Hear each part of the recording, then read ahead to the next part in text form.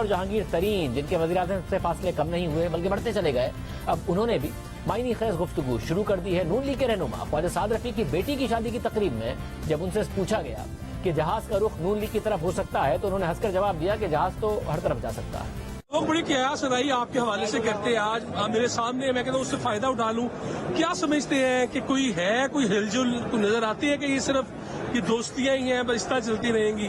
ہماری دوستی بہت پرانی ہے اور انشاءاللہ یوں ہی چلیں گے۔ تو جہاز کا رخ کبھی اس طرف بھی آئے گا؟ یہ مسکرا کیوں رہے ہیں؟ یہ بھی مسکرا رہے ہیں۔ بات یہ ہے کہ آج شادی کے موقع پہ ہم آئے ہیں یہاں پہ، خوشی شامل ہوئے، انشاءاللہ تعالیٰ آگے دیکھیں جو ہونا ہوگا وہی ہوگا۔ نہیں، جہاز کبھی آ سکتا ہے کہ نہیں؟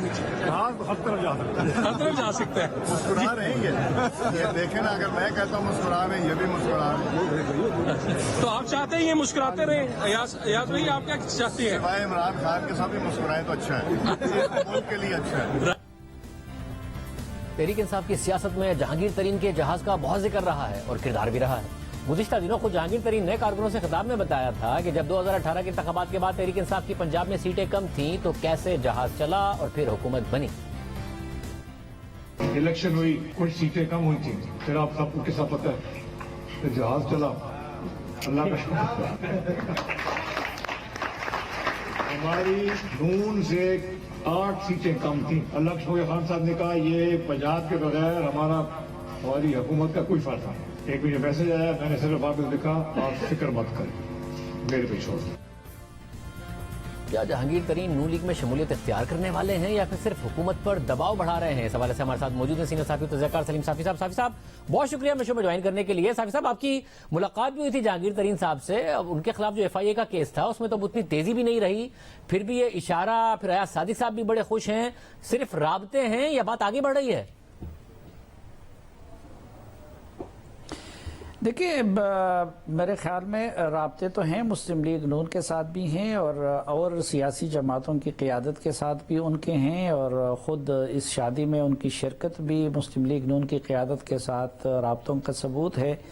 اس دوران وہ کئی مرتبہ لندن بھی آئے گئے، اگرچہ ان کے علاج کا بھی مسئلہ ہے، لیکن میرے خیال میں ان کا آنا جانا صرف اس تک محدود نہیں تھا۔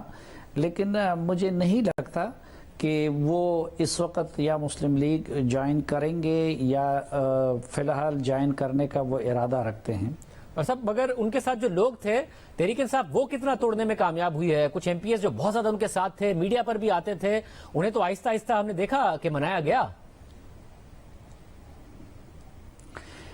نہیں دیکھیں، کچھ لوگ تو وقتی طور پر منائے گئے، لیکن ابھی آپ نے ان کے جہاز کا ذکر کیا تو ایک تو یہ کہ جہانگیر ترین صاحب کا صرف جہاز کا تو ذکر ہوتا ہے، لیکن ان کا ہیلی کاپٹر بھی تھا، ان کے باغات بھی تھے، ان کے آموں کی پیٹیوں کا بھی کردار تھا، اور پھر میرے خیال میں PTI میں جہانگیر ترین صاحب کی انویسٹمنٹ وہ عمران خان صاحب اور شاہ محمود قریشی اور اسد عمر اور ان سب کی انویسٹمنٹ اگر بلاک دے تو اس سے تنہا جہانگیر ترین صاحب کی انویسٹمنٹ PTI میں زیادہ ہے۔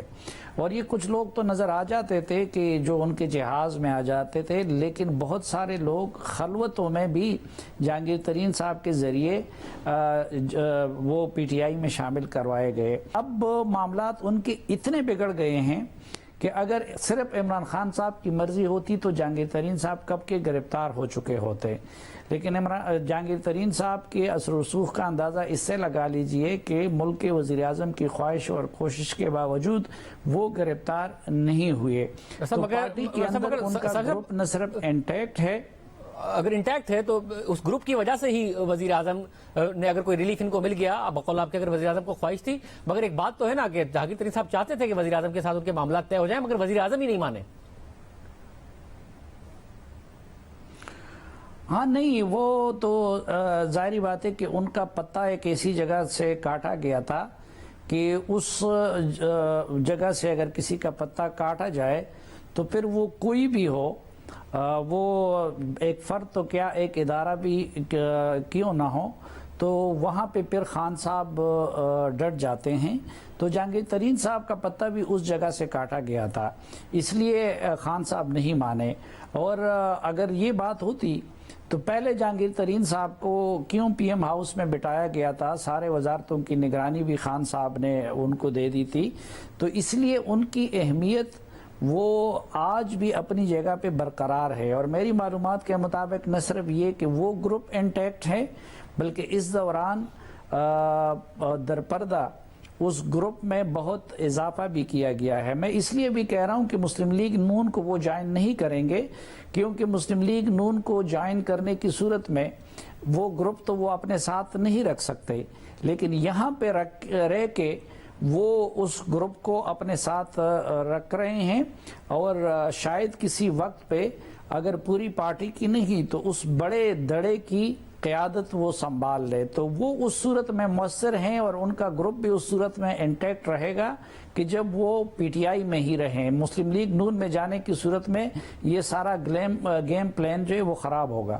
بہت شکریہ ظاہر صاحب کی گفتگو آپ نے